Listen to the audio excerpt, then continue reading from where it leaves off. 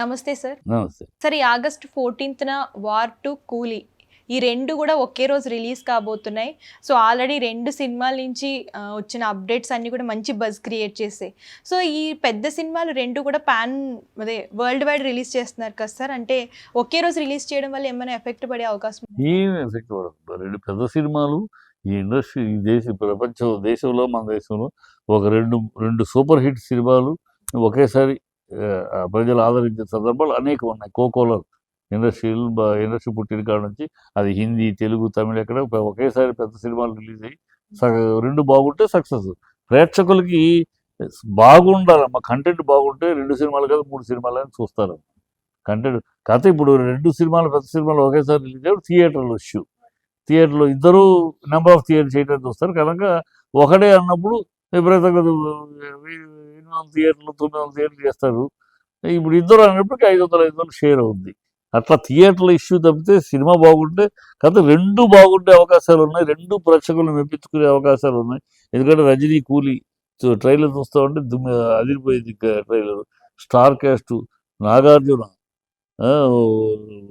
Kannada hero Pooja Hegde heroine అంతా casting అంతా కూడా చక్కటి పవర్ఫుల్ కాస్టింగ్. అమీర్ ఖాన్ వేషం దాంట్లో. సో అంత స్టార్ క్యాస్ట్ బ్రహ్మాండంగా ఉంది.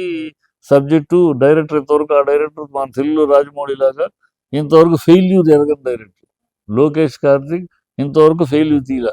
అన్ని సూపర్ హిట్లే. అతను ఎవరితో తీసే సూపర్ హిట్లే తీశాడు. సో అతను ఆ డైరెక్టర్ మంచి ఎక్స్పెక్ట్. అట్లాగే ఇక్కడ వార్ 2 ఆల్రెడీ వార్ 1 రిలీజ్ అయ్యి మంచి హిట్, పెద్ద హిట్. వార్ 2 దీంట్లో హృతిక్ రోషన్, ఎన్టీఆర్ మామూలు కాదు. ఇద్దరికిద్దరు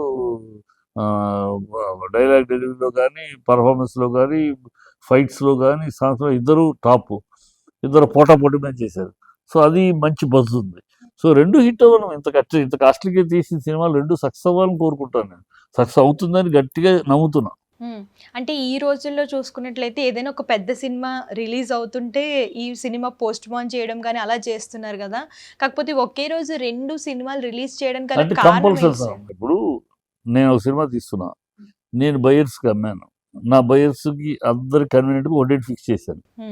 ఫిక్స్ చేసినాక ఇంకో సినిమా నాతో పాటు తీసిన వాళ్ళు ఇదే డేట్ అన్నారు అనుకుంటున్నా.